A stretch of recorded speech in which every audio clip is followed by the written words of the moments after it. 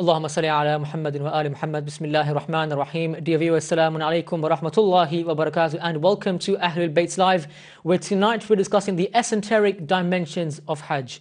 I'm very delighted to be joined by brother Shabbar Mehdi Vasaya. Shabbar, assalamu alaikum wa rahmatullahi wa barakatuh, and welcome to the live program. A reminder to our viewers that this is a live show and you can participate in the program. Give us a call 0203 411 7842. You can text us 07506 842 842, or you can tweet us at Ahlulbayt TV. So let's get straight onto the program. The Esoteric Dimensions of Hajj. Quite a flashy title to the program, Brother Shabbat. So where do we start? Bismillah ar-Rahman ar-Rahim. I think the best way to understand this is that every single one of us has a certain title that I share, that you share, our non-Muslims share, our Muslim brothers share. And that is the title of Abd. This three-letter, very simple word, in actual fact, has not been understood by us. Because when we look at Abd, a servant or a slave, a very insignificant slave of Allah subhanahu wa ta'ala, normally we think that we should have very beautiful titles. I want the title of doctor, I want the title of Maulana, I want the title of Allama, I want the title of this, I want the title of whatever. But when we look at the reality of this, Allah subhanahu wa ta'ala, when He spoke in the Quran about taking Rasulullah sallallahu alayhi wa sallam on Mi'raj. Mi'raj, by the way, no other prophet was taken on Mi'raj in the way that the prophet was taken. They were taken in some way to the heavens, but Mi'raj was different. Mi'raj was one of the great miracles given to Rasulullah sallallahu alayhi wa sallam. So when Allah subhanahu wa ta'ala is talking about this great event, this great miracle, increasing the status of the Holy Prophet of Islam, He says, Subhanalladhi asra bi'abdihi. He's talking about the event of Mi'raj in Quran, Surah Al-Isra, Surah number 17. He says, Subhanalladhi asra bi'abdihi. He doesn't say, Subhanalladhi asra bi khatimihi, bi nabiyyihi, bi rasulihi. He's shown that forget the title of Rasul, or Nabi, or Khatamun Nabiyyin. In actual fact, the most important and highest rank that someone can have is the level and the title of Abd and servant. Because when He spoke about this, He didn't say Subhanalladhi asra bi nabiyyihi. In the Mi'raj, everything was left behind except for servitude and ubudiyyah. Therefore, we understand the maqam and the status of an abd. If he is a true abd, if he acts in his role of an abd in the correct way, he will reach the greatest levels of ascension. Abd, this word abd, what is the role of the abd? Simple. The abd does ibaadah to a ma'bud. The role of an abd, the role of a servant, is that this servant or this slave is obedient and does worship. So within our lives as Muslimin, our lives are based around acts of worship. These acts of worship take up all of our lives, and we do worship towards who? Allah subhanahu wa ta'ala, who is ma'bud. Therefore, we find that our lives, if they have a central point, a point of centrality, a markaz, this point of centrality is what? Acts of worship. You wake up in the morning, you pray salah, act of worship. You go out of the door to study, act of worship. Or you go out of the door to earn a halal livelihood, act of worship. Everything in our life is based on acts of worship and ibadat.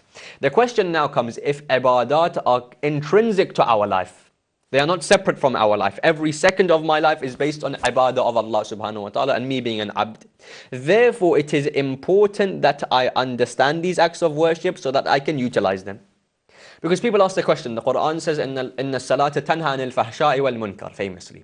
Salah and prayer is a deterrence, is a protector from evil and indecency, from those things that make me commit sin. But you would have seen, I have seen that I pray salah, yet still I commit sin. The Quran is saying, Inna salata tanha anil fahsha'i wal munkar. This salah takes you away from sin and these evil and indecent acts. I pray 5 times a day. Why am I still committing these acts? Because I am not utilizing this act of worship in the way that I should. Why? Because I do not look at the inner dimensions of these acts of worship to understand what they actually are about. For example, I've given this example before. I am told every single day in my life I have to stand in one place, pick up a large boulder and take it to the end of a hill. And I do it every single day and I'm piling up these rocks and boulders. I don't know why. It becomes a habit. It's like a robotic way. And eventually, after a week of doing this every day, I start to slow down. I start to take less interest.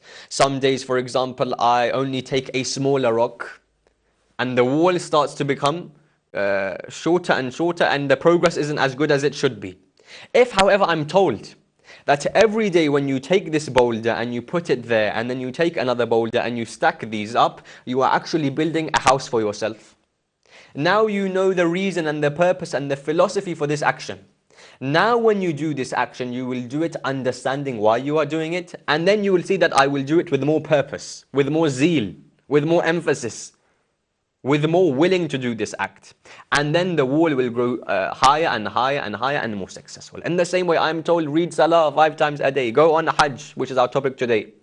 However, because I don't know the philosophy, the esoteric dimensions, what this leads to is the loss of life within these acts of worship. The loss of effect in these acts of worship. That I do these acts of worship without any purpose. Therefore, once I've seen that ibaadah is key, central to my life, I need to look at the esoteric dimensions of these ibadat. Sorry to break you off. So when you say esoteric, what do you mean exactly? So as we understand it, as the hadith say, inna lil Qur'ani dhahran wa batna. The Quran has a zahir, an apparent, and a batin, an inner hidden meaning. Zahir, apparent, inner or batin is what we call esoteric. Okay. And there are various different, for example, the hadith says there are 7 different inner, batin, esoteric levels to one ayah. Now, how we understand in the Arabic language, 7 can either mean 7, or in the Arabic language, 7 is used to denote a lot, a high frequency. So it could mean each verse has many different inner levels. When we say what are the esoteric dimensions of Hajj, we are saying what are the philosophical basis of certain acts of worship of Hajj, so that when I then perform this Hajj, my mind is within this Hajj. When I perform this Hajj, it causes a change within me. An example is given by certain scholars that they see that people they go on Hajj, they are excited. They go through the whole journey of Hajj. They go to Medina first, then they do Umrah Tamattu and Hajj and etc. Everything takes place. When they return back to Jeddah in the airport, they're back committing the same, repeating the same sins that they used to do before. They haven't even got on the plane back home. They're still in Saudi Arabia in Hijaz. But the moment they get back to Jeddah, they're still committing those sins again. Why? Because I haven't understood the inner dimensions of this Hajj. The inner realities of this Hajj. And inshallah, as you asked, we'll speak about more of these inner realities. But we've seen that this is absolutely fundamental for me to understand and raise myself through these ibadat. Why is it not working? Why are people going Hajj again and again and again? Nothing is happening. There's no change. My soul is still covered in the stains of sin. Why? Because this Hajj, I didn't understand this Hajj. Ahsant. A reminder to our viewers that this is a live program, and a very interesting topic here this evening, the esoteric dimensions of Hajj. Firstly, on behalf of Ahlulbayt TV, we'd like to wish all the Hujjaj that are going for Hajj this season to inshallah have a fruitful Hajj and come back safely inshallah. And a reminder to our viewers that to call into the show 0203 411 7842, or you can text us 07506 842 842. Okay, so let's talk a bit about the philosophy which you are discussing very briefly. So when you speak of the philosophy of Hajj, what exactly does that entail? I think the first starting point that we can understand is that we are told by ahadith and ulama of ethics and spirituality that our ibadat consist of what we call dhiyafah. Dhiyafah is that Allah subhanahu wa ta'ala is our host and we are his guest. Now, dhiyafa generally, hospitality of Allah subhanahu wa ta'ala is of 2 kinds. The first, dhiyafatul amma. The second, dhiyafatul khassa. Dhiyafatul amma is that every single person on this earth who sets foot on this earth is the guest of Allah subhanahu wa ta'ala. In, for example, Dua Jawshan al-Kabir, we say, Ya khayra al-warithin, the best of the inheritors. Does Allah inherit? We mean that this earth belongs to who? Allah subhanahu wa ta'ala, everything belongs to him. We are his guest on this earth. So this is dhiyafatul amma. A non-Muslim, a Muslim. A Christian, a Jew. A polytheist, a monotheist. All are on the general banquet of Allah subhanahu wa ta'ala. They are general guests of Allah subhanahu wa ta'ala. We, however, as Muslimin have a special sharaf and honor that we are also part of dhiyafatul khassa. specific hospitality of Allah. How? For example, in my salah, I am the special guest of Allah subhanahu wa ta'ala. He is my host. Does a non-Muslim, is he honored by this specific honoring of this banquet of Allah subhanahu wa ta'ala? No. We are, however. In the same way, they say that in the way that salah, we are the special guests of Allah, we are on His banquet, He is hospitable to us, He is our host. In the same way, when an individual goes from, for example, London, New York, Paris, wherever he may be, he leaves his hometown, his comfortable life, he goes to Makkah, he goes to the holy city, he goes to the house of Allah subhanahu wa ta'ala, he is one of the guests of Allah. This is part of the Afatul Khassa. If, for example, you come to my house as a guest, it is etiquette, of course, that I give you something, maybe something to drink, maybe something to eat. I give you a gift. I'm hospitable to you. Allah subhanahu wa ta'ala says, in the same way, when you are my guest and you come to do Hajj, I will gift you. How? Allah says, I will gift you by forgiving every single one of your sins. This is the first esoteric dimension, that Hajj is part of the specific hospitality and banquet of Allah subhanahu wa ta'ala. The holy month of Ramadan, شَهْرٌ دُعِيتُمْ فِيهِ إِلَى ضِيَافَةِ اللَّهِ. In this month, you are the guest of Allah subhanahu wa ta'ala. Allah is your host. In the same way, in Hajj and Umrah and the pilgrimage, Allah is my host. And Allah takes care of His pilgrims. Allah takes care of those who visit Him by forgiving their sins. This is the first very interesting dimension we find.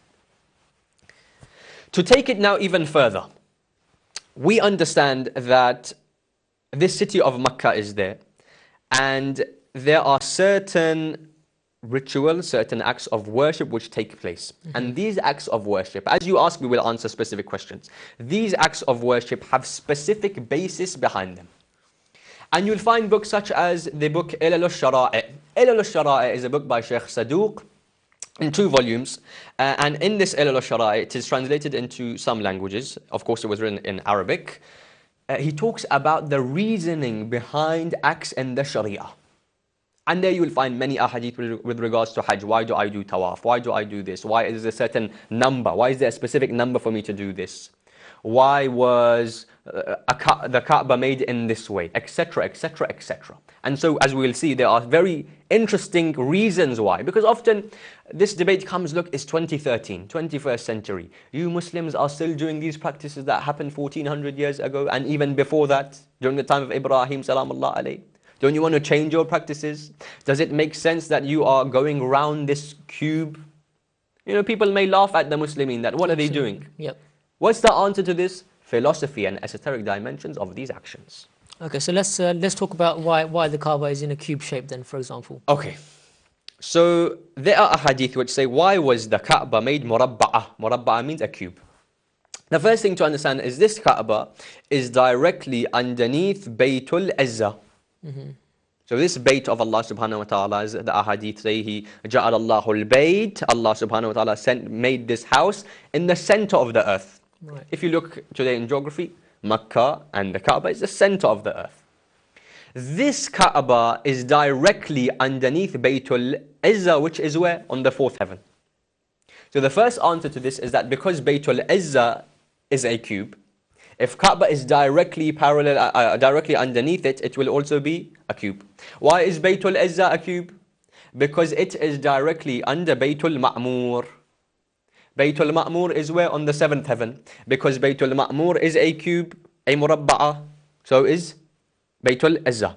Why is Baytul Ma'mur now a cube? Because it is directly under the arsh of Allah, the throne of Allah subhanahu wa ta'ala, which is also a cube in shape. Why is this now a cube? They say it is a cube because each corner of the arsh, in the same way each corner of Ma'mur and Izzah and Baytullah fil Makkah, each corner stands for one sentence in Subhanallahi, the first corner, Walhamdulillahi, the second, Wala ilaha illallah, the third, Wallahu Akbar. Each corner stands for this, one part of this dhikr. Subhanallah, glory be to Allah. Walhamdulillah, praise be to Allah. Wala ilaha illallah, there is no God but Allah. Wallahu Akbar. So as soon as I see the Kaaba, therefore, then I should understand that each corner signifies tawheed and praise of Allah and mentioning how Allah subhanahu wa ta'ala is great. That's why we also see when Ibrahim salamullah alayhi built this Kaaba As he was building, according to the narrations, he was saying, Subhanallah, walhamdulillah, wa la ilaha illallah, wallahu akbar. In this way. So we understand each of the pillars, each of the corners of this Kaaba signify something different. One pillar or one corner will signify praise of Allah. The other will signify glory of Allah. The third, tawheed. The fourth, that Allah is greater than all things. Therefore, when I do tawaf and I go through each corner, I understand these corners are the stations of belief that I should have in relation to Allah. I should start with La ilaha illallah. Then I should understand that not only is Allah one, He is the greatest. Not only is He the greatest, all praise is due to Him. Not only is all praise due to Him, all glory is due to Him. As someone does tawaf, this should be going through his or her mind. This is why the Kaaba is said to be a cube in shape. So as we all know that the Holy Kaaba was built inside the holy city of Mecca, could you just elaborate or give us a brief insight with regards to Mecca as a city and how it developed from the time of Nabi Ibrahim and through to the Prophet and even now?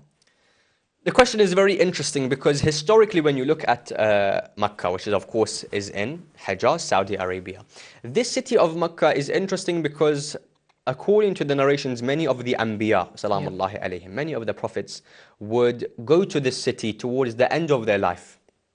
So they would live, for example, in Kufa or Syria or Palestine, wherever. And towards the end of their life, they would go to Mecca and they would want to be buried there. That's why we understand in Hajar of Ismail, where Hajara, salamullahi alayha, Nabi Ismail, salamullahi alayhi, is buried. According to narration, 70 other prophets are also buried in there. 70. What, by the Kaaba by the or Kaaba. inside the Kaaba? No, by the Kaaba. By the Kaaba, okay. 70 prophets. So we understand that this area, this vicinity has always been a very sacred place, has been a place where prophets have wanted to enter and take their last stages of their life in that area.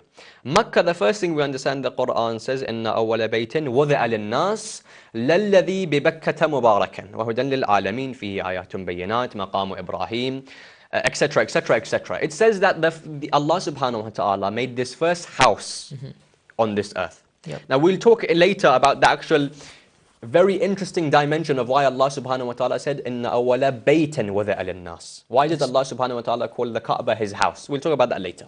Makkah, however, as we understand, is where Baytullah is found. However, Baytullah was not always present. The Kaaba was not always present in this area. In order to understand how Makkah has developed, we have to take a step back and see the life of Ibrahim al-Khalil salamullah alayhi. Nabi Ibrahim, he's born in a vicinity, a suburb of Kufa, according to the narrations, the traditions. And he is placed in a cave. He is born in a cave, in the way that Nabi Musa is born in a cave, in secret. And he spends 13 to 15 years of his life in this cave. And there Allah subhanahu wa ta'ala gives him a lot of, for example, knowledge and perfection, whatever. He comes out, and we will know what happens, Namrud, the fire, Ya naru kuni bardan wa salaman ala Ibrahim, etc., etc., etc. After this whole incident of him being thrown in the fire takes place, Namrud says, I want to take all of your property. Your cattle, your sheep, your everything, your house. I want to take everything. He says, why? He says, because you are a sinner in their eyes. Ibrahim was committing a sin by breaking their idols. We want to take all of your property. Ibrahim says, 20, 30 years I've been spending money, I've been working hard to collect this property, to have assets, you're taking it away for no reason. So they had this dispute and they took the issue towards the judge of the area. The judge says, look, Ibrahim is right, you cannot take his property. You can maybe banish him if he's causing problems. Tell him to get out of this area.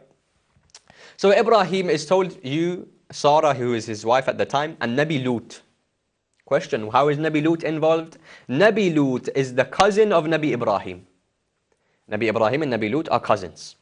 So they go together, they pack all of their things and they go to leave. As they are leaving, however, Nabi Ibrahim knows that there are different checkpoints to leave Kufa, to leave these cities. To enter into another city, there will be various checkpoints. He wanted to go to Syria. And he had Sarah with her. Sarah was in actual fact a descendant of the prophets. So her family lineage was pure. And she was very beautiful and she was young. And he thought that if I go and take her and he inspects my luggage and he sees Sarah, maybe he will try to commit something indecent. Maybe he will have vicious ideas that appear into his heart and mind. So he made a type of casket or a coffin. And he places her in there with bedding and whatever. He says, look, I don't want anyone to see you before they start thinking in a negative way. And we'll pass on, and then I'll open you and you can come out after we pass the checkpoint. They go through to this checkpoint. What happens? Inspector, I want to take your tax. However much you have with you, I'm going to take, for example, 10%. So Ibrahim says, okay, I have this many sheep. I have this. This is my cousin Lut. He says, what's in this coffin? Ibrahim said, within it is gold and silver. So he didn't lie. He's saying that to me, she is like gold and silver. And look, the tax of this will be roughly whatever. So he gave him a rough number. Don't need to open it. This inspector says, how can I not open it? You could be lying to me. How do I know what's in this casket? He opens it. Who does he see? Sarah. He says, what is this? He says, look, this is my wife. This inspector is completely confused. He takes Ibrahim and Lut and Sarah to the king of the time in that certain vicinity. And the king says again, who are you? My name is Ibrahim, I'm a prophet, this is Lut. What's in that casket? He says, look, don't worry about that, it's something precious. I'll give you more money. Don't look into that. This person, as they say, curiosity, kill the cat. You know, people have this curiosity within their mind. He opened it, he saw Sarah is there. This king had a very dirty, vicious mind. In other words, the flame of shaitan was burning within his heart. His soul was not pure. When he saw Sarah, he put his hand forward in a negative way. Nabi Ibrahim says, Ya Allah, protect my wife. As he says that, that person's hand freezes. He's paralyzed. He can't move his hand. Ibrahim turned around and said, see, Allah subhanahu wa ta'ala will protect me. I'm his prophet. This person says, look, I made a mistake. I shouldn't have brought my hand forward. I'll let you go. Please allow my hand to go back to normal. Allow Allah subhanahu wa ta'ala's punishment to end. So Nabi Ibrahim says, okay. He asks Allah, the hand goes back, he's fine. Again he sees Sarah. Again he tries to do the same thing. Again his hand freezes, is paralyzed. Again he asks for istighfar and repentance. The third time when this happens, and his hand is frozen, then what happens is that he says, Ya Ibrahim, now I am really serious. I won't do this. I'll let you go. Ibrahim asks Allah, Allah subhanahu wa ta'ala forgives that individual. And now this king, he says, because I gave you this trouble, I want to gift you something. He says, what? I want to gift you a slave girl I have by the name of Hajara. How did Hajara come with Ibrahim? In this way. And he gifted Hajara to who? Sarah. Salamullahi alayhi. In this way, Hajara, who is now the slave girl or the servant or the maid of Sarah, Ibrahim and Lut, they reach Syria. As they reach Syria, they say, as we understand, Sarah was unable to have children for a long time until the Quran says, فَسَقَّتْ وَجْهَا وَقَالَتْ أَجُوزٌ أَقِيمٌ. She's able to have after a long time. When she sees that many years pass and I'm unable to have a child, she says, oh Ibrahim, I will sell you Hajara. Because she is mine, I'll sell it to you. You marry her, then you can have children. So as we know, the long story short, Ismail, salamullah alayhi, is born. And Sarah now is jealous. Sarah is jealous. She is causing problems for Ibrahim. She is, spiteful in a way. She isn't happy with Hajara being around. She says, I don't want them here. I can't bear to see them, that you have a child with her and not with me. Ibrahim says, Ya Allah, what should I do? Allah subhanahu wa ta'ala says, take them somewhere else. So you stay where you are. Take Hajara and Ismail somewhere else. So Jibreel comes. Buraq, who took Rasulullah sallallahu alayhi wa to Mi'raj. That same being. They sit on Buraq, they sit on Jibreel with Jibreel, and Jibreel says, let's go. And according to the narrations, they pass beautiful areas of greenland and rivers. And Ibrahim says, are we staying here? Jibreel says, no, keep going. Then they pass, for example, beautiful hills where there is beautiful civilizations, people living there. Are we going to stop here? No, they keep going until they reach a dry valley by the name of Makka. In this then, as we know, the water source is found. The whole story is there. When the water source is found, certain tribes that originally lived there, in that area, they come and they say, oh Hajara, do you give us permission to also live here because there is water? And in that way, the civilization and the community grows, the population grows. Because wherever there is water, there will be population. And so they mix and they come together. And so you find the population grows.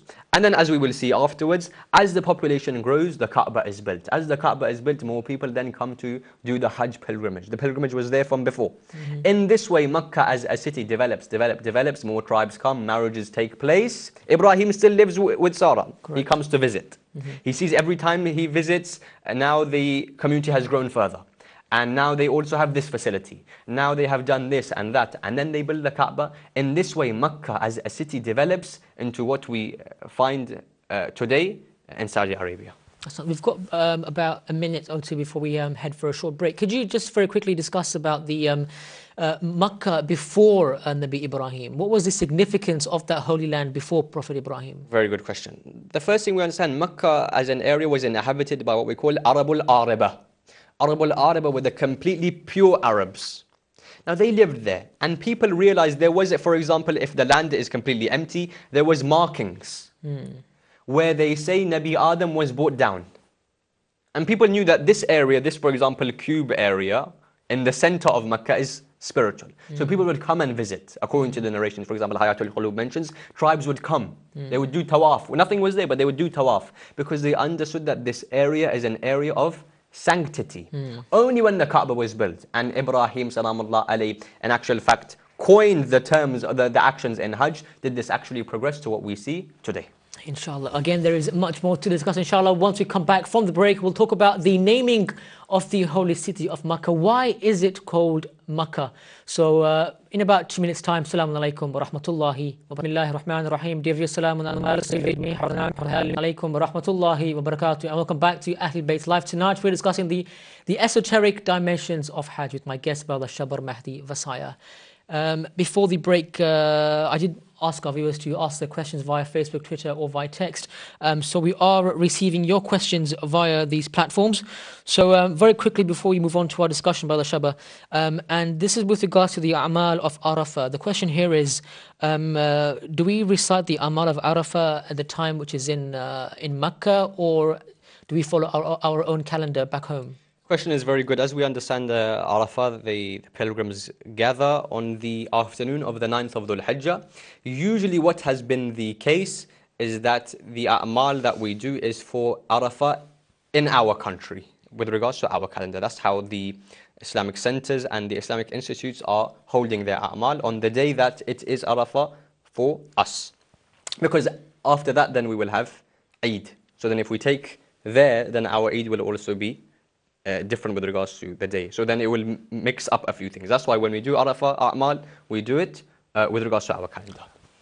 Well, keep on sending your questions, your comments via Facebook, Twitter, and via text. Again, the numbers are 02034 117 842 to call into the live show, or the text number is 07506 842 842. If you are calling from abroad or texting from abroad, don't forget the code number +44 2034 117 842 or +44 7506 842 842.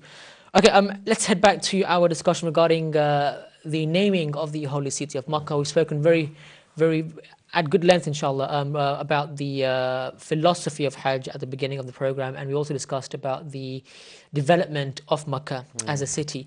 So let's talk about the naming. Is there any sort of philosophy or a reason behind why Makkah is called Makkah per se? So the first thing we understand is that this area of land has 70 different names in the books. Okay. One name is Bakka, as the Quran says, إِنَّ أَوَّلَ بَيْتٍ وَضِعَ لِلنَّاسِ لِلَّذِي بِبَكَّةَ مُبَارَكًا. Bakka. With regards to Bakka and Makkah, first Makkah, they say Makkah refers from its root to spreading, spreading of a certain thing. The question comes, what does the area of Makkah have to do with spreading? As I said, جَعَلَ اللَّهُ الْبَيْتِ, Allah subhanahu wa ta'ala sent His house in the middle of this earth. So they say when we have the date in our calendar of Dahwal Arth, where the earth, of course, was a conformity, and then it spread across the land. The area where this earth, the center point where this earth started to spread across the land was Makkah. So the center point where the land had first rose up or was created was Makkah, which is why it's called Makkah.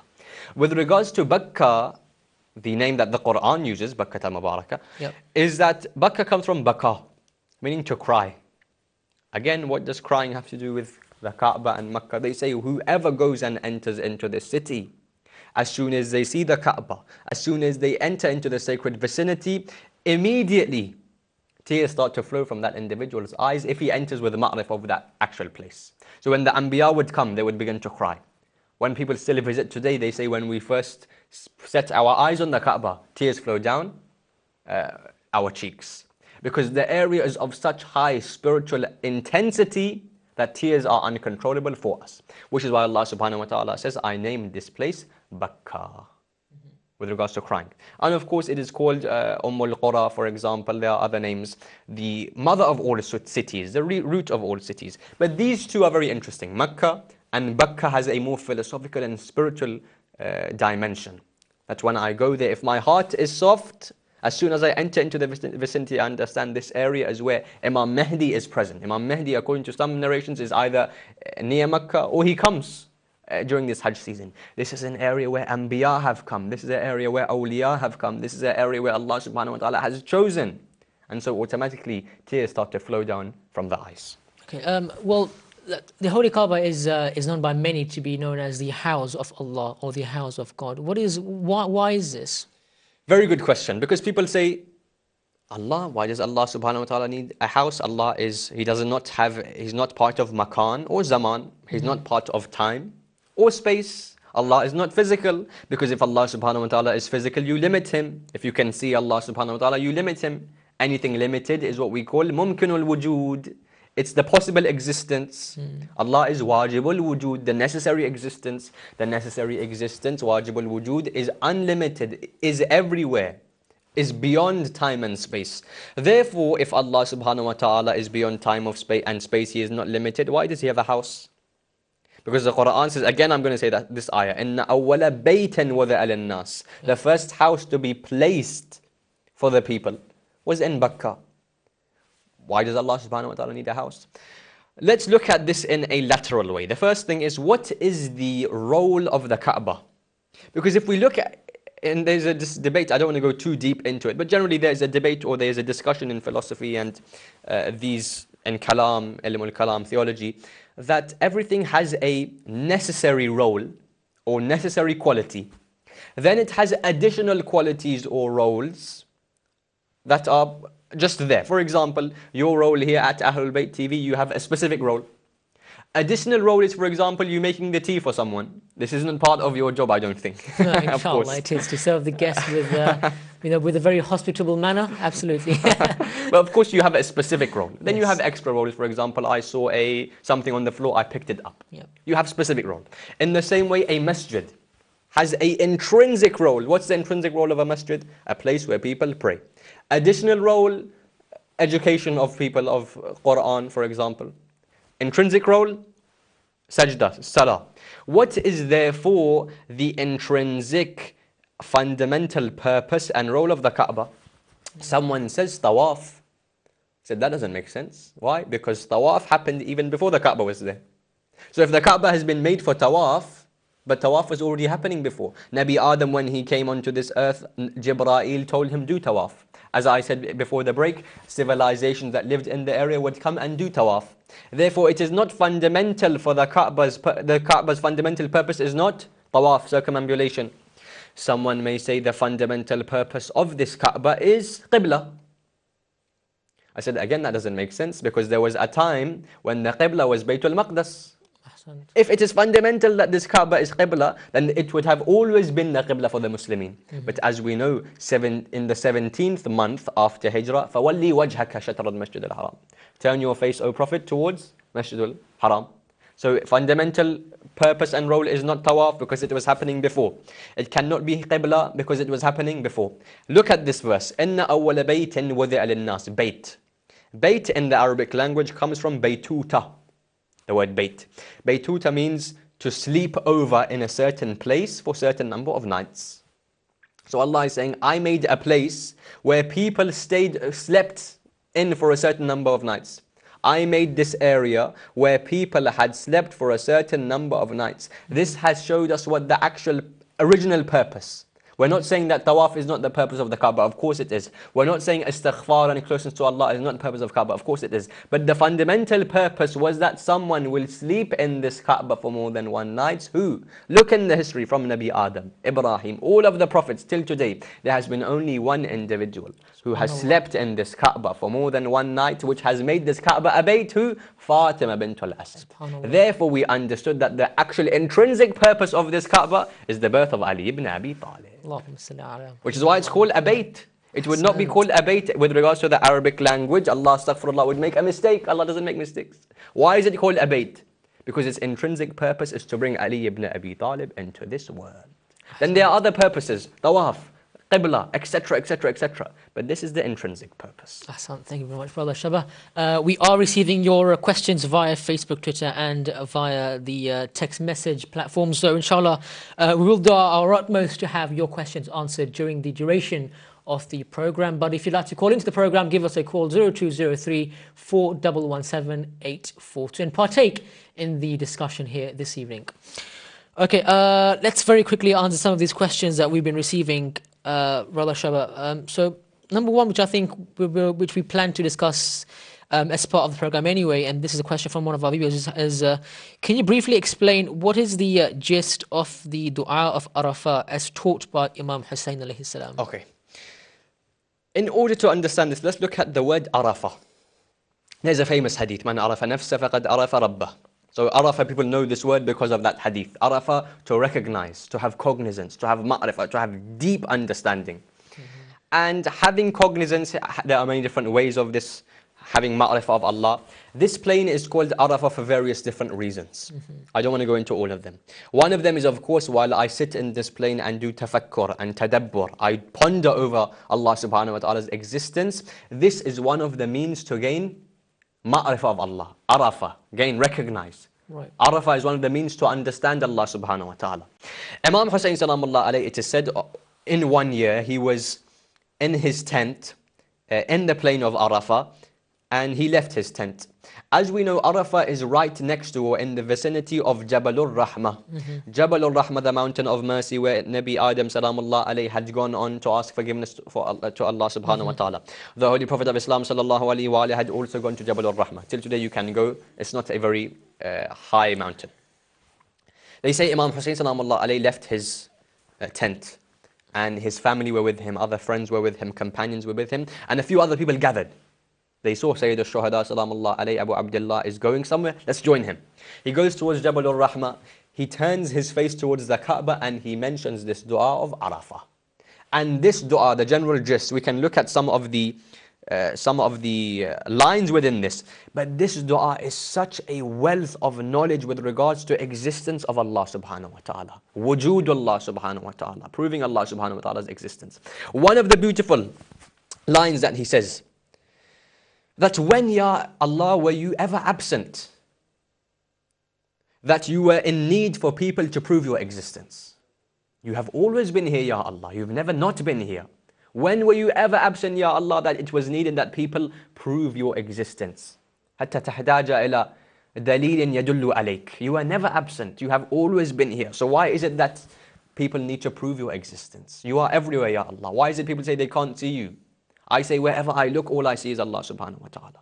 So these deep philosophical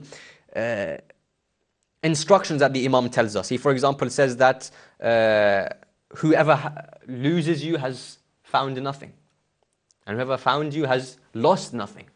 So this dua is such an extensive, very long, but very poetic, very beautiful, very eloquent dua that Imam Hussain salamullah alayhi has gifted us. And he talks about many things. He who, when he gives, there is no barrier to his giving. When he gifts something, someone, no one can prevent that gift reaching that individual. He who, when he has determined something, nothing can change that determination. He who has infinite love for his creation. So this dua, we can go into detail, but we'll keep it in an ijmal and very short way. This dua is a wealth of ma'rifah of Allah, how to open the keys of ma'rifah of Allah. One of the biggest keys to unlock the lock of ma'rifah and cognizance of Allah subhanahu wa ta'ala is the dua of Arafah of Imam Hussain salamullahi alayhi, which inshallah we can read on the day of Arafah and understand how the Imam goes into so much depth about how Allah subhanahu wa ta'ala is all powerful, all loving, all caring. He has no restrictions. He is everywhere. And he can be seen, as Imam Ali salamullah alayhi says, لا تدركه عيون بمشاهدة العيان ولكن تدركه قلوب بحقائق الإيمان. No eye can see Allah subhanahu wa ta'ala, no matter how strong, 20/20 vision, whatever. However, the heart which is filled with the light of faith can see Allah subhanahu wa ta'ala. This dua is in relation to this statement. It goes deep into how Allah subhanahu wa ta'ala is everywhere, is all powerful. And it talks about what we mentioned at the beginning of the program, abd and ubudiyah. It talks about the relationship between abd and ma'bud. And it's a very spiritual and beautiful dua. We've spoken in great detail regarding the holy city before the break, as well as the formation of the holy Kaaba. But as we all know, that during the history of civilization, idols were placed inside the holy Kaaba. How did that come about? And is it wrong to say that the Kaaba was during that time where idols were placed inside? Was the Kaaba najis? Could we say, was it impure during that time? The question is very good. We understand that Ibrahim salamullah alayhi, as he would visit Ismail, his son salamullah alayhi, once a year during the Hajj pilgrimage. And it was said that he would stand on a mountain in the crossroads and he would call people, come to Hajj, come to Hajj, come to Hajj. His dua is there, Ya Allah, please make people come to Hajj, come to your house. And so we understand that one year what happened is that he did not turn up for Hajj. Ismail salamullah alayhi is worried. Jibreel comes down and says, oh Ismail, several months ago he had a fever and he passed away. Who's this again? Ibrahim, yes, okay. his father. Because he of course lived there with Sarah. Now he knows my father has passed away. Ismail of course was still there, he was living there. However, what happened is that slowly when the Anbiya passed away and when Jahiliyyah set in to these Arabs that were there, that's when they started developing these idols, these asnam. The question that comes is, why did they start when they knew that Nabi Ibrahim, the mountain of Tawheed, and Nabi Ismail, the holder of the banner of Tawheed, why is it that then shirk started in this house of Allah subhanahu wa ta'ala? The answer is that the people that lived there saw that if we make an idol, or if we make 10 idols, and we say these are idols, special idols, they are idols from the house of Allah. They're not normally idols, not normal idols that you can make. Therefore, because they're special idols, they are bespoke. Therefore, we can charge slightly higher amount for these idols. So they saw financially we have a lot of gain by placing idols into this area and then selling them. So because they had money and cash and the dollar and the pound in their mind, they made this system. Right. Now when we ask the question, is this not, for example, disrespect to the Kaaba? Was the Kaaba not impure? We understand, number one, Allah subhanahu wa ta'ala would never allow his house to be impure. The second thing is, even though the idols were close, they had no effect on what the Kaaba actually was. I, for example, may sit close to a thief. I may sit close to a liar. I may physically be close to a scholar. If, however, I sit close to a liar or a thief, I sit close to a complete fasiq, an open sinner. I'm sitting next to him. We don't talk at all. I'm sitting there for an hour. Will his personality have any effect on me? It's not necessary that when I am close to something negative, that negativity then affects me. It's not necessary that when I am close to something positive, that positivity then affects me. In the same way, the idols may have been close to Allah subhanahu wa ta'ala's house, but they did not affect Allah subhanahu wa ta'ala's house and its honor. Ahsan, okay.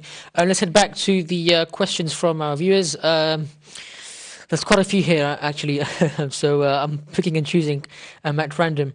The question here is, Hajj is basically a ritual. Can you please explain how do we derive the spiritual aspect of Hajj from the ritual? Very interesting. So as we mentioned, to look at any topic, we usually delve into the Quran and the Ahlulbayt alayhim wassalam. And in this way, the Ahlulbayt alayhim wassalam told us that when you look at tawaaf as a ritual, we think, oh, it's just 7 times. But they told us, why is it 7 times? We can maybe get to that afterwards. They told us, why is it sa'i? Yep. So they were the ones, because they have a special maqam and status in front of Allah subhanahu wa ta'ala, because they are chosen by Allah subhanahu wa ta'ala, because Allah subhanahu wa ta'ala's vicegerents they are on this earth, they have been granted with this special ilm about the ahkam, about the religious rulings, about rituals, and what the philosophy of these actually are. And so they tell us, and we'll see when we get to them, we'll answer this question more when we actually delve into more of these traditions with regards to why tawaf, why this, why that. We'll see how they understood. There's a beautiful sermon of Imam Sajjad Salamullah alayhi where he says to one of his individuals, I think his name was something, Shibli or something. He says, I came to Imam Sajjad, I had just come from Hajj. Imam Sajjad Salamullah alayhi said, did you put on ihram? I said, yes. He said, when you put on ihram, did you make the niyyah that I am taking off these clothes of mine, which are clothes of disobedience of Allah, and I'm putting on the clothes of obedience? He says, yeah, Imam, I'm not thinking this. He said, then you did not put on ihram. Then he says, what about when you touched hajar al-aswad? Did you touch it thinking that I am shaking hands of Allah subhanahu wa ta'ala? This is in the narration. When you touch hajar al-aswad, it's like you're shaking the hand of Allah. Does Allah have a hand, number one? No. Hand refers to power. In other words, when you touched Hajar al-Aswad, did you understand Allah subhanahu wa ta'ala's power is close to you? He said no. He said, then you did not touch Hajar al-Aswad. It goes on, when you did sa'i, did you think this? When you did tawaf, did you think this? When you sat in Arafah, did you think this? Again, he says, yeah, Imam, I didn't think this. This was not my mindset. At the end, the Imam says, you did not do Hajj. Hajj is not the name of rituals. Hajj is the name of rituals that are carried out, understanding their philosophy, understanding how this ritual takes me right to Allah. Which hadith is that again? There is not a specific name, but we can maybe look at it afterwards about how Imam Sajjad Salamullah alayhi meets this individual, and he talks in depth. Can be found in Mustadrak al-Wasa'il. Okay. This is where this book Al-Hajj by Ayatollah Muhammad Diya Abadi, he quotes this narration from Mustadrak al-Wasa'il. It is a beautiful narration. Inshallah. We have about 5 minutes before we head to a break. So very quickly, can we discuss about the tawaf, the importance, the significance of tawaf, and why is it 7 times around the Kaaba? Of course. This is a question that I have been asked before. I'm sure you, as someone who goes into the world, our viewers who, for example, work, they go to college, they go to uni, they work in this Western world, they're asked, why do you have tawaf 7 times? One answer we can give is with regards to a hadith. Nabi Adam salamullah alayhi, Allah subhanahu wa ta'ala says, Inni ja'ilun fil ardi khalifa. I'm going to send on this earth my khalif. The angel said, Ataj'alu fiha man yufsidu fiha. Are you going to send on this earth your khalifa who will cause corruption? Ataj'alu fiha, are you going to send in this this human being that has caused corruption? Because previously, as we know, the other makhluq, the other creation that was on the earth, they committed bloodshed, whether it be the jinn, whether it be the other Adam, because Adam, there were many Adams before, as we know. Our Adam was maybe number 70.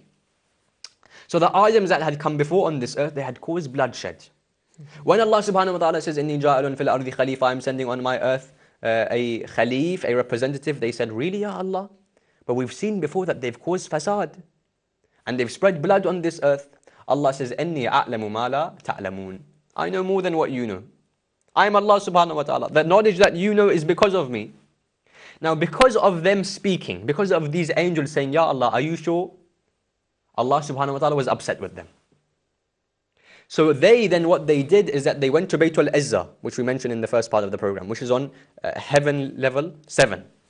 And they, according to the traditions, went around Baytul Izzah for 7,000 years. They did tawaf for 7,000 years. When Nabi Adam was brought onto this earth, and as we know, he had tarkul awla. He didn't commit a sin. It's another topic, tarkul awla. Jibreel says, Ya Adam, when we had objected to Allah subhanahu wa ta'ala sending you on this earth, He made us go around 7,000 times. Allah says, O insan, O human being, you are better than the angel. You go around this Kaaba 7 times. So for 1,000 of the angels, you can do 1. So was that Kaaba built during the time of Nabi Adam? No, nothing was there. Nothing Just was there. the rough area. The rough, for example, outline was there. So he says, this is the rough outline. This is where his house will be built. You go around it. So he went round 7 times. So the first thing we understand is related to the angels. Number 2, they say, and we are told, that there is a principle in this world that love, one of the ways that love is manifested and shown is through tawaf. Why? You have a candle. The moth circumambulates, circles the candle. Why? Because of love for this light. In the same way, the planets are orbiting Why? Because there is certain love hidden in this. This is a very philosophical debate. What love is it that is causing these planets to orbit? The love of Allah subhanahu wa ta'ala. So love is shown and manifested through tawaf, according to the traditions, according to the ulama. Because tawaf shows complete obedience. Yes. When I stand just before Hajar al-Aswad and I go round and we go in conformity and unison, it's like we are saying, Ya Allah, as we go around this house, we are trying to say, Ya Allah, we want to be obedient to you. We want to listen to what you say. We want to adhere to what you have told us and ordered us. This is what tawaf signifies. We also understand that, Ya Allah, why have you told us 7 times? Some people say, look, Ya Allah, as I go round each time, I think, Ya Allah, there are 7 days in a week. As I go round each one, I say, Ya Allah, protect me for each one of those 7 days. Ya Allah, there are 7 heavens. As I go around each one, I should spiritually be feeling. As I go around each one, Ya Allah, allow me to ascend one higher station level, higher level in heaven, one higher station. So as I go around 7, I should be thinking, Ya Allah, allow me to reach the highest levels of heaven with my obedience and with my love. This is the basis of tawaf in this way. And so you see that tawaf is one of the key signifiers of love in this universe, which is why we are told, as you see this house of Allah, go around this house, be obedient, go around in unison. If you look at the picture of tawaf from a bird's eye view, you'll see it looks like everyone is going around together, in unison, in unification. Ya Allah, we love you together. We are obedient to you together as one ummah of the Prophet sallallahu alaihi wasallam. So why do they go around anti-clockwise as opposed to clockwise? Now that question is a very difficult one to answer. Why is it that we go around anti-clockwise? But we understand because we are told you have to start before Hajar al-Aswad. So they have a certain dynamics of it. You have to start before Hajar al-Aswad or just at Hajar al-Aswad. Then you go around. You have to stay within Maqam of Ibrahim.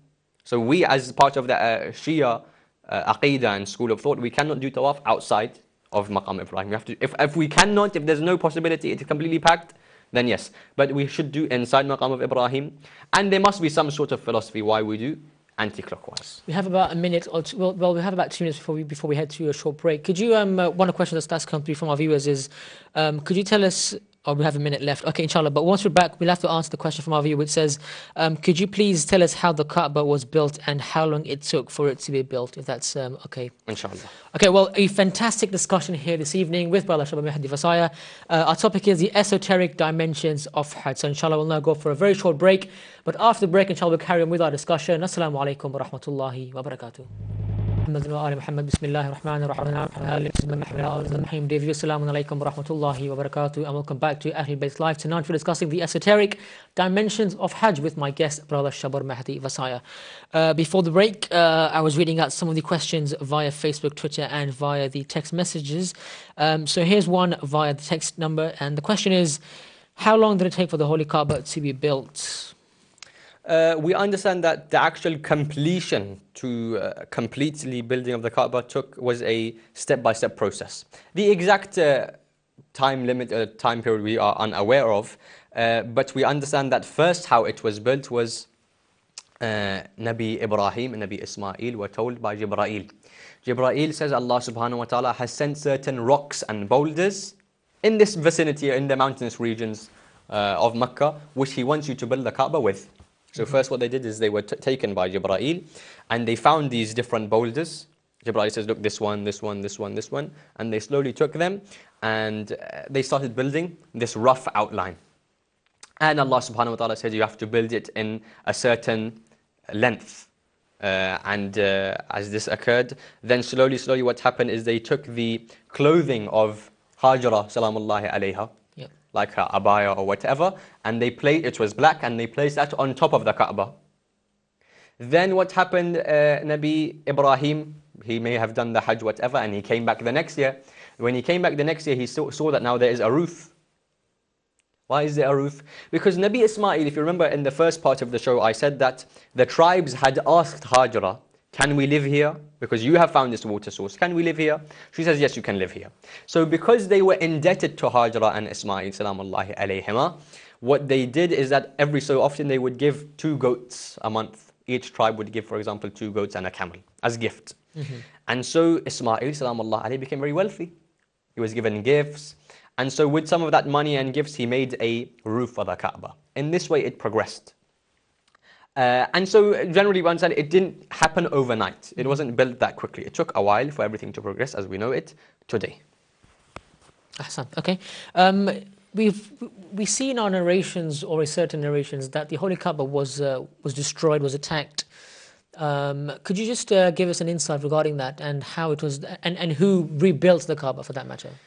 So the first interesting thing to understand, interesting point, is that as we understand, when Abraha goes to destroy the Kaaba, in Surah Al-Fil, as we know, تَرْمِيهِمْ بِحِجَارَةٍ مِّن سِجِّيلٍ, Allah subhanahu wa ta'ala sends those small birds. You can still see them today in Makka, the same species of bird, very small birds. And within their mouths were these stones, and they pelted the army, and the army was destroyed, and the Kaaba was protected in this way. So when this non-Muslim Abraha comes to attack the Kaaba, what happens? Allah protects it. Why is it then that when Waqi'atul Harra takes place after the death of Imam Hussain salamullah alayhi, why is it that when the so-called Muslim army of Yazid ibn Muawiyah, why is it Allah subhanahu wa ta'ala allows them to destroy it? Because in Waqi'atul Harra, Ibn Namir and Muslim and these other individuals in the army of Yazid break down 3 of the 4 walls of the Kaaba. Ya Allah, when the non-Muslim was coming, you protected it. When Abraha came, you protected the Kaaba. Of course. Now when these Muslims have come, why have you allowed the Kaaba to be destroyed partially? Allah subhanahu wa ta'ala may return and say, I'm trying to tell you something. Normally, a non-Muslim, we think, is more dangerous than a so-called Muslim. Allah is trying to tell us, understand this, a time will come when the so-called Muslim, the Muslim by name, is more dangerous and causes more harm than the non-Muslim. When we understand that, for example, there were certain floods which caused the part of the Kaaba to be destroyed. If Ibrahim salamullah alayhi was alive, he would then rebuild, or Ismail. And the people who were given responsibility of the Kaaba generally, because of course they were from the Banu Hashim, Abu Talib, Abdul Muttalib, salamullahi alayhima, etc. They had the job of keeping up the maintenance of this Kaaba. So if there was ever, for example, partially an indent or something had happened, it would be their job to fix it. But we understand there was one flood, Waqi'atul Harra. These were the occasion that this took place. There is also something in history, I'm not sure of the details, but how Hajar al-Aswad was actually taken. Okay. And was placed in Bahrain for 2 or 3 years. Now, I don't know much detail about this, but this is also something that I have heard. Was that taken during the time of the Prophets? Or no, this was taken during the time of our holy Imams, salamullahi alayhim, if I'm not mistaken. Maybe it was during the time of the Prophets. But this Hajar al-Aswad was taken and moved in Bahrain, and people knew it was there. And so the Kaaba was incomplete. I think it was during the time of the Aimma alayhim as-salam. Okay, let's discuss about Hajar al-Aswad, because there's a question from our viewers with regards to the importance of this particular stone. Hajar al-Aswad, number one, they say it used to be an angel. So this angel descended. As it descended, it turned into this stone, and it was placed there. Number two, Imam Baqir salamullah alayhi has a hadith where he says that Hajar al-Aswad was in actual fact Hajar al-Abyad. It wasn't the black stone, it was the white stone. Okay. Why? It was a white pure stone because so many munafiqeen, because so many disbelievers and hypocrites, so many people that had committed sins, they touched this stone, it turned black. Because of the sins of these people. So Imam Baqir salamullah alayhi has a narration where he says, in the way that when you touch Hajar al-Aswad, it turns black, it turned black because of the munafiqeen. In the same way, the turba of Imam Hussain, if I have a tasbih of Khaq al-Shifa, of turba of Imam Hussain, as soon as I touch it, it will lose part of its effect because I'm a sinful person. So this is the relationship he was making. But we understand Hajar al-Aswad, number one, was an angel that was descended down. Number two, they say only an imam can fix it back into its exact place. So there are stories in the book Mikyal al-Makarim and other books, Mahdi Maw'ud, Bihar al-Anwar, etc., which say that one day the Hajar al-Aswad fell out of its place. Now everyone knew who can put it back into its place, only one person, Imam Mahdi salamullah alayhi ajallahu ta'ala faraj al-sharif. So one person said, because I knew that only Imam Mahdi can put this back, I'm going to wait exactly opposite Hajar al-Aswad. And I'll see who is that person that puts it back into its original place. Whoever that is, that's my Imam. So he says, I saw many people, they tried to pick it up, they placed it, it fell back out. Many, 10, 20, 30, 50, however. Then one youth had come. He quickly picked it up, he placed it, it fitted perfectly, perfect fit, and he quickly came out. As soon as I saw him coming out, I ran behind him, I chased him, and I said, Ya Imam. And he turned around, and then there's a whole story. But the idea being, even during the time of Imam Sajjad, salamullah alayhi, famous story, Muhammad Hanafiya and Imam Sajjad, how only the actual Imam of our time, whoever it may be, whether it be in their time Imam Sajjad, in our time Imam Mehdi salamullah alayhi, can only put this hajar al-aswad in its place. It's an angel. It has a very great significance with regards to its barakah and blessing it has on us. And we can understand that it should also be a reminder to us. When I see it and I see that it used to be white, now it is black. It should be a reminder that if my sins can cause a white stone to turn black, can it not turn this soul and heart of mine to turn black, full of impurities? It's a reminder of this. That my sins have an effect, whether they have a physical effect, turning a color of a stone, or a spiritual effect on my soul and my closeness to Allah subhanahu wa ta'ala. This is one of the philosophies of Hajar al-Aswad. Ahsan, thank you very much. Okay, let's head back to the questions via text. Interesting one here. Why is Eid of Zil Hajj celebrated on the 10th day of the holy month? The Quran says, وَالْفَجْرِ وَلَيَالٍ أَشْرَ وَالشَّفْءِ وَالْوَتْرِ. Surah Al-Fajr, Allah subhanahu wa ta'ala swears by the dawn and the 10 nights. Now we know normally we say the 10 nights are the 10 nights of Muharram. In the ahadith and in the tafasir, in the exegesis of the Quran, we are told that there are three options. Either the 10 nights is referring to the first 10 of Muharram, or the 10 nights is referring to the last 10 of the holy month of Ramadan, where we have i'tiqaf and very spiritual atmosphere, Laylatul Qadr. Or the 10 nights is referring to the first 10 of Dhul Hijjah. So this is one thing. The second thing is, we understand, for example, tilka asharatun kamila. 10 is seen as a complete number in the Quran. 10 is also, for example, وَوَعَدْنَا مُوسَى 30 لَيْلًا وَأَتْمِمْنَاهَا بِعَشْرٍ. Musa was called for 30 days. وَأَتْمِمْنَاهَا بِعَشْرٍ. It was completed with how many? 10. In other words, 10 refers to what? Completion. So the first 10 days of Muharram saw the completion of the whole story of Karbala. The last 10 of Ramadan see the completion of the bringing of the Quran. And the first 10 see the completion of what? The completion of the sacrifice, or the so-called Neeli sacrifice. And in this way, the number 10 is given great importance, which is why, one of the reasons why the Eid was on the 10th day. Because 10 signifies this completion of our character, of my relationship with Allah subhanahu wa ta'ala, which is the significance of this number 10. So, thank you very much. Inshallah, we'll now take a question via the phone lines. Assalamu alaikum wa rahmatullahi wa barakatuh. Wa alaikum assalam wa rahmatullahi wa barakatuh. Thank you very much, brother, for your call. Your name and where are you calling from, please? Yeah, my name is Muhammad, and I'm calling from the U.S., from the state of Nevada. Oh, fantastic. Lovely. Tell us your question, please, or your comments. I'd like to know about the significance of Eid al-Adha, celebrating Eid al-Adha. Okay. Especially for those of us who are not performing Hajj, who are, for example, here in the U.S. or in the U.K. or anywhere else, performing the Salat of Eid al-Adha and the everything else that goes around it. Excellent. Lovely. Thank you very much for your question, dear brother. A very fantastic question. Ahsant. So exactly related to what we were just talking about, Eid al-Adha, Eid al-Hajj. People may ask the question, as the dear brother has. I'm sitting here, I'm not doing Hajj. How does this relate to me? It relates to us in the way that the story of Ibrahim salamullah alayhi, when he is told, go sacrifice your son, go and kill your son, sacrifice your son in the way of Allah subhanahu wa ta'ala. He was completely obedient. This was one of the tests. Ibrahim salamullah alayhi was tested 30 to 40 times according to the ahadith. وَإِذِ ابْتَلَى إِبْرَاهِيمَ رَبُّهُ بِكَلِمَاتٍ فَأَتَمَّهُنَّ. Allah subhanahu wa ta'ala says, when we tested him with this test, and he passed the test, we made him إِنِّي جَاعِلُكَ لِلنَّاسِ إِمَامًا. Ibrahim was a Nabi, he was a Rasul, he was a Khalil. He was made an Imam, a leader, after this test. What is this test? This test, number one, signifies sacrifice. Number two, complete obedience of Allah subhanahu wa ta'ala. So we understood that when you sacrifice everything you have, a son, a youthful son is your heart, is your core, is whatever you have is your youthful son. He didn't even think once. He said, I would sacrifice him.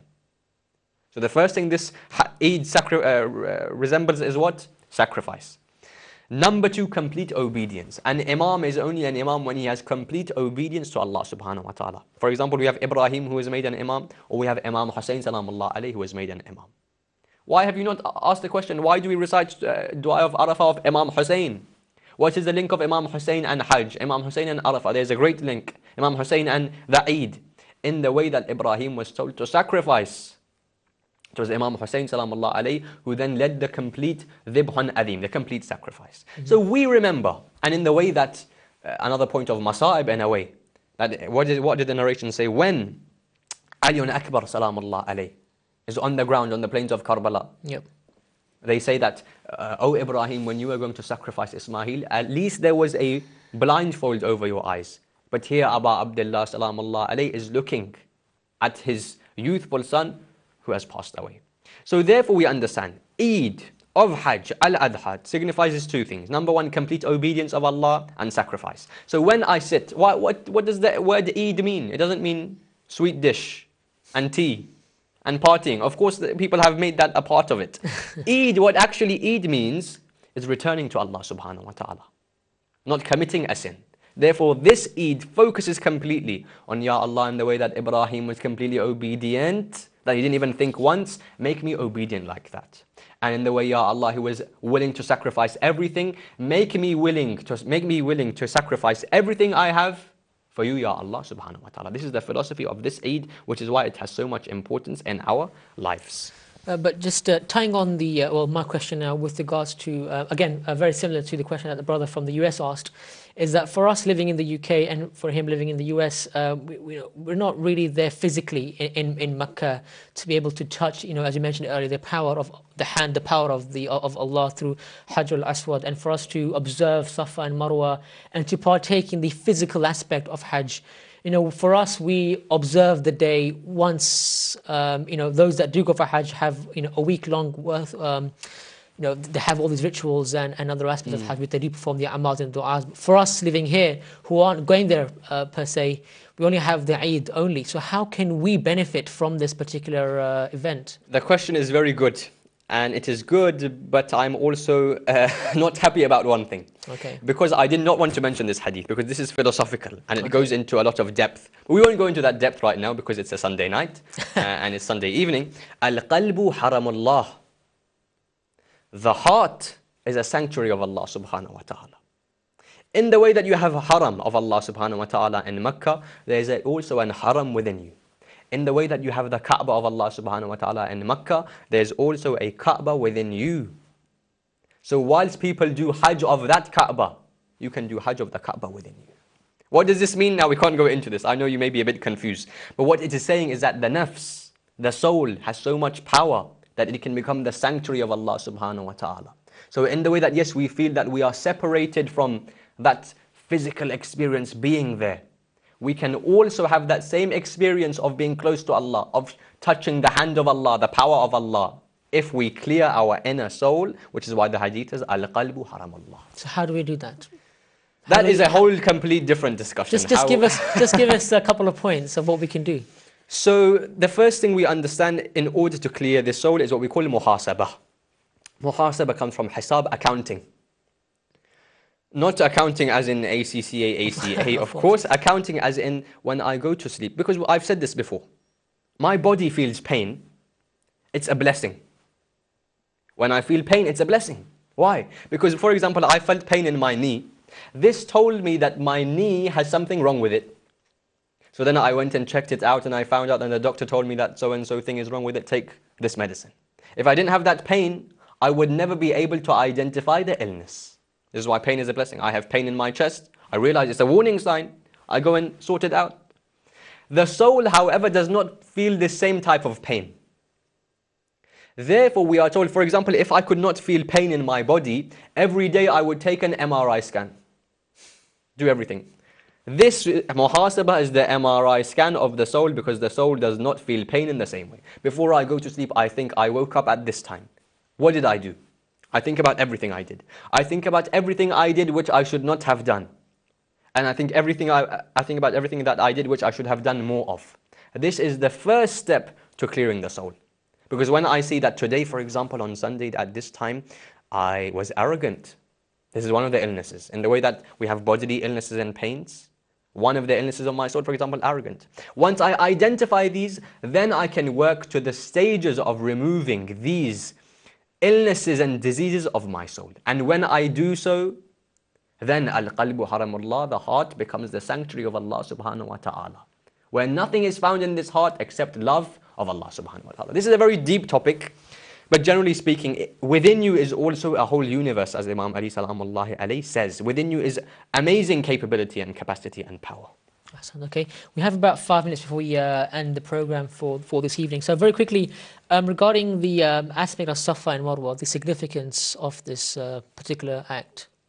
There's one narration which says that Safa, the name comes from Safiyullah, Marwa comes from Imra'ah. Why? Because one narration says that when Nabi Adam was first placed on this earth, he wandered off, or he was found at Safa. And one of the titles of Nabi Adam is Safiyullah, the chosen by Allah. So this was said, this is the mountain of Safiyullah. Slowly, it changed from Safiyullah to Safa. Marwa, Imra'a means woman. Because Hawa was found when she first was on this earth, or when she was first in the vicinity, she was found in Marwa. So slowly, Marwa, Imra'a, they became the same thing. Yes. So the first thing we understand, it has a strong link between Nabi Adam and Hazrat Hawa salamullahi alayha. The second thing we understand is the act of going from Safa to Marwa and back. It's called what? Sa'i. There's a verse of Quran, لَيْسَ لِلْإِنسَانِ إِلَّا مَا سَعَى. Sa'i, hardship, difficulty. You have nothing except for what your difficulty gives you. You have nothing but what you exert with regards to energy. Difficulty, exerting energy, hard times. When I do Sa'i and I go from Safa to Marwa and back, and it's difficult, I'm told philosophically to remember that as you go from one to the other, this is like your life. Your life is going from one thing to the other. Your life is difficulty. But to be like Hajara salamullahi alayha, in the way that she continued to go, and eventually she found water. In the same way in your life, you continue. You have istiqamah and steadfastness. You have firm rootedness. You continue in this journey of life. If you put in hard work and effort, Allah subhanahu wa ta'ala will make you successful. This is one of the philosophical bases of Safa and Marwa and Sa'i. The struggle that my life is about. Nothing comes except with struggle. Which is why this is one of the main key areas of the Hajj. In actual fact, if you look at Hajj from a holistic view, taking one step back, we see that Hajj in fact tells us a lot about our own life. Hajj tells us that I need to struggle in my life to get the water of success. In the way that Hajra had the physical water, we can get the water of success in our life, and happiness and closeness to Allah. We need to struggle. Hajj tells us that in the way that Adam salamullah alayhi asked forgiveness to Allah subhanahu wa ta'ala, we will also have to ask forgiveness many times in our life. Hajj teaches us that as we go in unison around the Kaaba in tawaaf, we need to be in unison with regards to each other. It should not be that I am from this country, you are from that country. You follow this marja and I follow that marja. No, because when we are in ihram, we wear one clothing. When everyone is wearing these two pieces, unsewn pieces of white cloth, alim is next to jahil. Sinner is next to pious individual. Rich is next to poor. The person from Iraq is next to person from Iran. In unison. In other words, Hajj, in actual fact, why is Hajj so important? It tells us amazing messages about how I need to live my life and be successful in this life. Fantastic, lovely. Okay, well, I've been told by the producer that from now we have about 5 minutes left, so before that we had about 10 minutes. Okay, so I think we'll take just one more question or two more via the text. Let me just try and read out whichever one is of most importance here. So the question here is that how does one carry on being in that spiritual zone of feeling closer to Allah after coming back from Hajj? So we understand that we as individuals have habits. And the hadith tell us that if you do something for 40 days continuously, it will become a habit of yours. It will become part of your essence, part of your heart. So for example, while I was at Hajj and I was there for 2 weeks, let's say, and every day I recited Salatul Layl. People ask the question, how can I continue? The answer is do it for 40 days and it will become a habit of yours. So this way, continuing the habit. Number two, when I land back in London Heathrow, or JF Kennedy, New York, or wherever in Paris, wherever, when I land back and I come back to my house and I come back to this Western world, or I come back to work and university and college and parents and family, the first thing I understand is that if I am close to something negative, it is harder for me to keep that positive within me. There's an anecdote or a kind of example of an individual who was sitting in a masjid. Ya Allah subhanahu wa ta'ala said, don't drink alcohol. But I'm not a man until I actually go near a pub, then I don't drink alcohol. Because I'm sitting in the mosque, alcohol is far away from me. So he stands outside of the pub.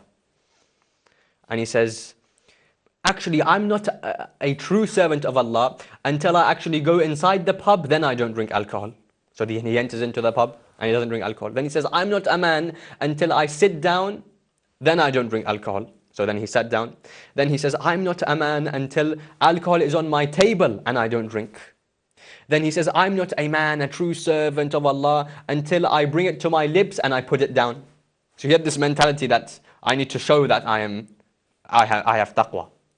Then he says, I'm not a man until I sip it, then I spit it out. Allah. Then he says, I'm not a man until I drink it and then I do istighfar. The point being is, if you have this mentality of I am close to a sin, this will affect me. If I come back from Hajj and the flame of spirituality is strong in my heart, is affecting others as well. People see me and think, wow, you've been to Hajj, and it affects them as well. And then I go and I start spending time with that friend of mine who I know is irreligious. Then I, for example, neglect the masjid for 2-3 weeks continuously. How can I expect for this flame to continue to burn in my heart? If I want to keep this flame alight, I need to ensure that I am close to individuals that bring out the best in me with regards to my spirituality. I need to ensure that I attend or I am surrounded by religious environments as much as I can. This is the way to success and to keep this flame alight. It doesn't make sense I came back from Hajj and straight away I'm back to my friends who are, for example, taking drugs and are in alcohol and are doing this and that and that. It makes sense that if I want to keep that within me, that spirituality, that zeal to be close to Allah subhanahu wa ta'ala, then number one, I associate with people who are like me. Number two, I try as much as I can to go to the masjid, go to these programs, go to an environment where Muslimin are found. And number three, one of the best ways to ensure that this flame stays alight is to bow down your head in sajda to Allah subhanahu wa ta'ala, and prayer at the time where everyone else is asleep. These are the things which strengthen our soul so that we can maximize the benefit of Hajj. And there are other things, for example, fasting. Fasting is a great thing to make the soul stronger. Fasting, speaking less, eating less, Salatul Layl, all of these are practices. But the main thing is being close to those individuals who are positive spiritually and not those individuals who will negatively affect me. Okay, we have about a minute or two before we end the program. So the very last question from our viewer is, you've spoken about the spiritual aspect of Hajj. Can you just very quickly explain to us the social and economical benefits of Hajj? So socially, we understand, of course, people that have been to Hajj will know that they make friends which are their best friends, their lifelong friends that they meet in Hajj. Socially, number two, we understand, as I mentioned before, it breaks the social barriers that we have, the social barriers, the class system. That I am a rich individual, you are a poor individual. I am an individual who has a very beautiful lineage, you are an individual who has a very dishonorable lineage. It breaks this system. Everyone comes together. It's not that a rich person, okay, people have kind of changed it by having, air conditioning in Arafah and Wi-Fi and things like that. But generally we understand that it is not that someone who is rich and has a great lineage will only have to do 4 tawaaf, and someone that is poor and has a dishonorable lineage will have to do 7. No, everyone is the same in the eyes of Allah subhanahu wa ta'ala. إِنِّي لَا أُضِيءُ عَمَلَ عَامِلٍ مِّنْكُمْ مِنْ ذَكَرٍ أَوْ أُنْثَى. I will not waste anything you give me, whether you are male or female. And the last ayah we finish with, that إِنَّ خَلَقْنَاكُمْ مِنْ ذَكَرٍ وَأُنْثَى وَجَعَلْنَاكُمْ شُعُوبًا وَقَبَائِلًا لِتَعَارَفُوا.